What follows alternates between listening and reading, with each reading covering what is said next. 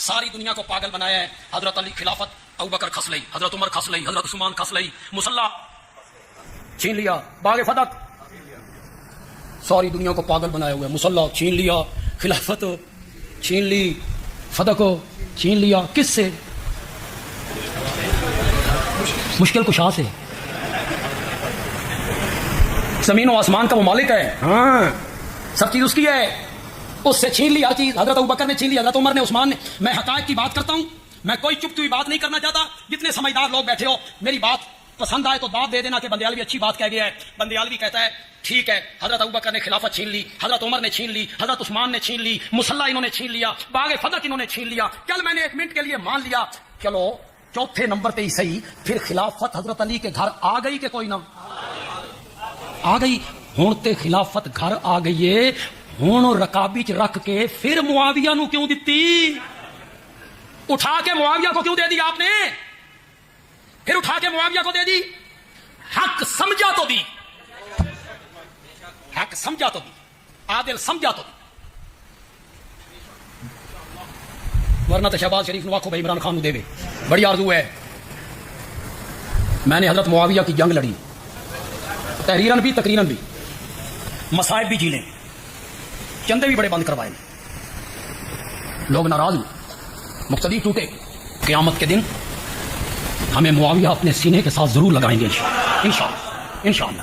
حلالی النسب اور مشکوک النسب, اس میں اگر کوئی فرق کر سکتی ہے کوئی چیز تو وہ معاویہ کا نام ہی ہے.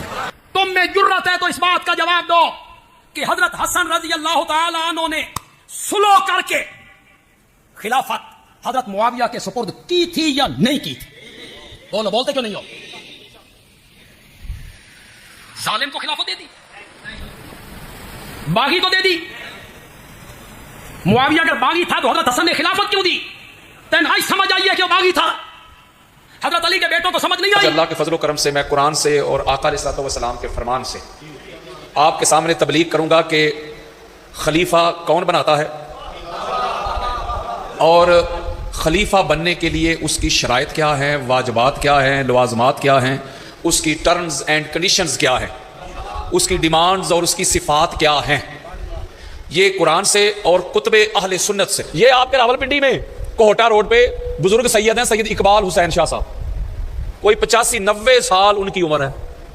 خطبہ جمعہ میں وہ قرآن پڑھ رہے تھے, اور قرآن پڑھ کے شاہ جی نے سورۃ البقرہ کی آیت نمبر 27 پڑھی, 27, اور شاہ جی کہتے ہیں کہ اللہ کہتا ہے کہ جو صلح کرنے کے بعد صلح کی شرائط کو توڑتے ہیں وہ لعنتی ہیں. بولو ذرا کی ہو گیا جب شاہ صاحب نے یہ آیت پڑھی اور ساتھ انہوں نے آیت پڑھ کے کہا یار اللہ کہتا ہے کہ جو صلح کرنے کے بعد صلح کی شرائط کو توڑتے ہیں وہ لعنتی, تو انہوں نے کہا جو مولا حسن بادشاہ سرکار سے جب صلح ہوئی خاصاں دی گالیں ہم آگے, تو کہتے ہیں وہ کس نے توڑی؟ وہ جس نے بھی توڑی قرآن کی نص سے وہ لعنتی. تو سارے ملا ملوانے نکل آئے, گستاخ صحابہ, واجب القتل, یہ کرو وہ کرو, اور بزرگ شخصیت ہیں اور سید بھی ہیں, ان پر پرچہ کروا کے ان کو ارسٹ کروا دیا. یہ ہے ہمارے ملک کا آئین اور قانون. یہاں قرآن پڑھنے پہ بھی FIR ہو جاتی ہے. آپ سمجھدار ہیں, مجھے بتائیں وہ جو کراچی میں مناظرہ ہوا تھا 2 سال پہلے, وہ قرآن ہی پڑھا تھا میں نے یار, قرآن پڑھا تھا, انہوں نے کہا جی گستاخی ہوگی, بے ادبی ہو گئی. اللہ کہہ رہے قرآن میں تو میرے نبی کو چھوڑ کے بھاگ رہے تھے, تو قرآن میں نے پڑھا, کہتے گستاخی ہو گئی. اب حالات یہاں تک پہنچ گئے کہ قرآن اور حدیث پڑھنے پر بھی FIR ہو رہی ہے. وہ کہتے ہیں سنی وہ ہے جو آل محمد کو آخری نمبر دے, سنی وہ ہے جو کھلم کھلا شیعہ کو کافر کہے. یہ ہے ان کی سنیت. آج سے 7 سال پہلے ایک جماعت نے ایک بندے کے نعرے لگائے تھے, بے خطا بے گناہ, اس کے جھنڈے اٹھائے تھے, ایسے عرس منایا تھا. آپ ہسٹری کی بات ہے, آپ یوٹیوب کھولے, وہاں میرا لیکچر تھا, میں نے اس وقت کہا تھا, میں نے کہا تھا اگر آج ان کو نہ روکا گیا تو یہ باپ سے شروع ہوئے ہیں, کل بیٹے تک بھی آئیں گے. تو دیکھ لیں اب کیا ہو رہا ہے. یزید کا دفاع کر رہے ہیں. یہ 80 آیات اس وقت میرے پاس ہے, اس کے اوپر میری کتاب بھی ہے اور پورا ایک لیکچر بھی ہے. 80 سے زائد ہو سکتی ہیں, کم نہیں. 80 کے قریب آیات ہے اللہ نے اپنے قرآن میں جتنی بھی لعنتیں برسائی ہے نا, اللہ کی برسائی ہوئی لعنتوں کا جو مرکز و محور ہے نا, وہ آل محمد کے دشمن ہیں. اوئے ہوئے ہوئے ہوئے, ایک لعنت بھی آل محمد کے دشمنوں کے علاوہ کہیں اور نہیں جاتی. میرے موبائل میں روایت پڑی ہے, کچھ اہل سنت کی 20 کتب کے حوالوں کے ساتھ 20-25 میں نے کتابیں لکھی ہیں، ہزار ہاں میرے لیکچر پڑے ہوئے سوشل میڈیا پہ، ٹی وی چینل سے لے کے عوامی اجتماع تک. کوئی مائی کا لال ثابت کرے کہ میں نے زندگی میں کبھی ایک حوالہ بھی شیعہ کتاب کا دیا ہو. اور میں تو سنیت ہی بتاتا ہوں، میں تو سنیت ہی پڑھاتا ہوں، سنیت کے ٹھیکیدار ہوں. یزید کا اپنا سگا بیٹا تھا معاویہ بن یزید، میں اسے رحمت اللہ تعالیٰ علیہ کہتا ہوں. وہ یزید دا پتر یار دو گئی، یہ میرے پاس حوالے پڑے ہوئے. جب یزید لانتی واصل جہنم ہوا نا تو یار لوگوں نے یزیدیوں نے پکڑ کے اس کے بیٹے کو تخت پہ بٹھا دیا. کچھ دیر تو وہ بیٹھا رہا، پھر اس نے ایک تاریخ ساز خطبہ دیا سب کو جمع کر کے.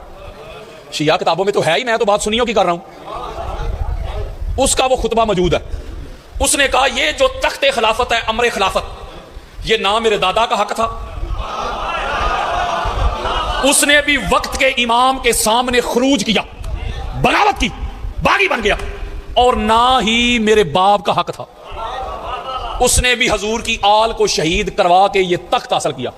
لہٰذا میں لعنت بھیجتا ہوں اس تخت پہ، میں تھوکتا ہوں اس تخت پہ. وہ تخت پہ لعنت بھیج کے تھوک کر خود جا کے جنگلوں میں مر کھپ گیا. کون بلا؟ یزید کا سگا بیٹا، وہ سکا پتر یار. حضرات یزید کا سگا بیٹا اس کے تخت پہ تھوک کر خود جا کے جنگلوں میں مر کھپ گیا. یہ 13 صدیوں بعد یزید کو رضی اللہ کہنے والے، امیر المومنین کہنے والے، شہزادہ کہنے والے، لعنت سے بچانے والے، جنت میں گھسیڑنے والے، اے یزید نوے پتر کی تھو جم بینے. او یارو یہ کون سی سنیت بیان کر رہے ہو یار تم؟ اوے میرا شکریہ ادا کرو، مجھے تھینکس کہو، تھینکس. میں سنیت کا مقدمہ لڑ رہا ہوں. تم نے تو سنیت کا چہرہ اتنا گدلا کر دیا، اتنا گندا کر دیا، لوگ نفرت کرتے تھے. وہ کہتے تھے یہ سنیت ہے کہ ناسبیت، یہ سنیت ہے کہ خارجیت، یہ سنیت ہے کہ یزیدیت. جب دیکھو آل محمد کے دشمنوں کا دفاع، پوچھے مولوی سے، اس کے سر پہ قرآن رکھے، کہتا ہے جو حضرت ابوبکر صدیق سے لڑے ان کی بیعت نہیں کی، کہتا ہے مرتد. بے شک سامنے صحابہ ہی کیوں نہ ہو، مالک بن نویرہ صحابی نہیں تھے؟ بولو ذرا یار. مالک بن نویرہ بہت بڑے صحابی تھے اور سردار تھے اپنے ٹرائب کے، اپنے قبیلہ کے. حضور علیہ السلام نے ان کو سرداری دی ہوئی تھی. انہوں نے کہا بھائی جب میں حضور کے بعد حضرت ابوبکر کو خلیفہ مانتا ہی نہیں، خلافت کا تو اعلان ہوا مولا علی کا، تو جب میں خلیفہ ہی نہیں مانتا تو زکوٰۃ کیوں دوں؟ زکوٰۃ کا انکار نہیں کیا انہوں نے. وہ کہتے ہیں یا میں خلیفہ ہی نہیں مانتا ان کو زکوٰۃ کیوں دوں یار؟ تو پھر خالد بن ولید گئے نہیں تھے؟ تو بولو کیا ہو گیا جا کے ان کا سر کاٹ کے نا تو چولہے پہ رکھ کے کھانا تیار کیا تھا. سوچئے گا ضرور ذرا. صحابی مولوی صاحب کہتے نہیں وہ مرتد ہو گئے تھے. میں ایک دفعہ کہا میں نے مولوی صاحب چلو تیری مان لیتے ہیں، مرتد ہو گئے تھے. یہ مطلب ہے صحابی سے گنجائش ہے نا کہ مرتد ہو جاتا ہے؟ نہیں سمجھ رہے یار میری بات. وہ خود کہہ رہے ہیں مرتد ہو گئے، خود کہہ رہے. آگے جو کچھ لکھا ہوا وہ نہیں میں پڑھ رہا. نہ جانے کون مار دے کافر کہہ کے، شہر کا شہر ہی مسلمان بنا پھرتا ہے. اور یہ ہماری کتابیں ہیں سنیوں کی. اور کہتے ہیں جو حضرت عمر بن خطاب سے لڑے ان کی بیعت نہیں کی، ان کو خلیفہ تسلیم نہیں کیا، مرتد. جو حضرت عثمان بن عفان سے لڑے مرتد. اور جو مولا علی سے لڑے کہتے ہیں رضی اللہ. نہیں سمجھ رہے. وہ یار کہتے ہو چاروں خلفائے راشدین ہیں. تو جب چاروں خلفائے راشدین ہیں مولوی جی تو پھر سوال تو ہمارا بنتا ہے نا، جب تینوں خلفائے راشدین کے دشمنوں کو تو مرتد کہہ رہا ہے، صحابیت کا بھی حیا نہیں کر رہا، کہہ رہا ہے مرتد، تو پھر مولا علی کے دشمنوں کو رضی اللہ کس قانون سے کہہ رہا ہے؟ اگر مولا علی بھی خلیفہ راشد ہے بولے یار تو قانون تو ایک ہو، دستور تو ایک ہو، معیار تو ایک ہو، پیمانہ تو ایک ہو، کسوٹی تو ایک ہو، دیکھنے والی آنکھ تو ایک ہو. اس کا مطلب ہے آل محمد کے لیے تیرا معیار اور ہے اور اصحاب کے لیے تیرا معیار اور ہے. اگر یہی لوگ جو مولا علی سے لڑے اگر تینوں خلفاء سے لڑتے تو مولوی کبھی بھی دفاع نہ کرتا. آپ چیک کر لیں ان کو صحابہ بھی وہی نظر آئیں گے جو آل محمد سے لڑتے رہے، انہی کا دفاع کریں گے. دوسروں کا تو نام بھی نہیں کو آتا. مجھے بتائیں باہر جا کو اشتہار دکھائیں عرس مبارک حجر بن عدی، وہ بولو کیا ہو گیا یار وہ صحابی نہیں؟ نکالے باہر مجھے کوئی مسجد دکھائیں جس کا نام لکھا مسجد کا نام ہو، جامعہ مسجد حضرت مقداد، ابو ذر غفاری، حذیفہ بن یمان، عمار بن یاسر. یار ہے تو کوئی گل نہ ہوئی کہ صحابہ بھی تیری مرضی دے تے ماما بھی تیری مرضی دیاں. یہ وچوں بھی جو نہ من میرے مصطفیٰ کریم کے وہ سارے صحابہ، عقیدہ دے رہا ہوں، جو محمد اور آل محمد کے وفادار رہے مرتے دم تک.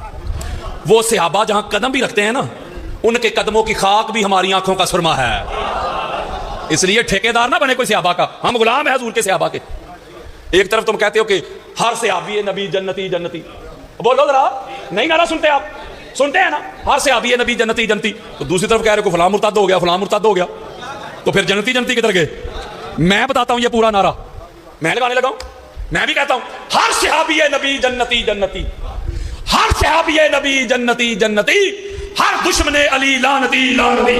میرے آقا نے فرمایا میرے امتیو، جی آقا میری بات یاد رکھنا، جو دنیا میں جس سے محبت کر کے جائے گا قیامت کے روز اسی کے ساتھ اٹھایا جائے گا۔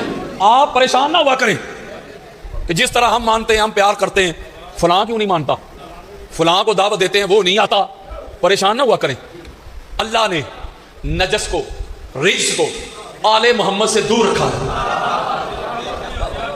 وہ یارو جس طرح اللہ نے نجس اور رجس کو آل محمد سے دور رکھا ہے نا، اسی طرح اللہ نے نجس کو، رجس کو آل محمد کے ذکر سے بھی دور رکھا ہے۔ ہائے ہائے ہائے ہائے، وہ جہاں آل محمد کا ذکر ہو، ان کے فضائل کا ذکر ہو، ان کے خصائص کا ذکر ہو، ان کے مناقب کا ذکر ہو، ان کے اوصاف کا ذکر ہو، ایٹریبیوٹس کا ذکر ہو، کمال کا ذکر ہو، جمال کا ذکر ہو، جلال کا ذکر ہو، اخلاق کا ذکر ہو، کردار کا ذکر ہو، گفتار کا ذکر ہو، وہاں گندگی کا کیا کام؟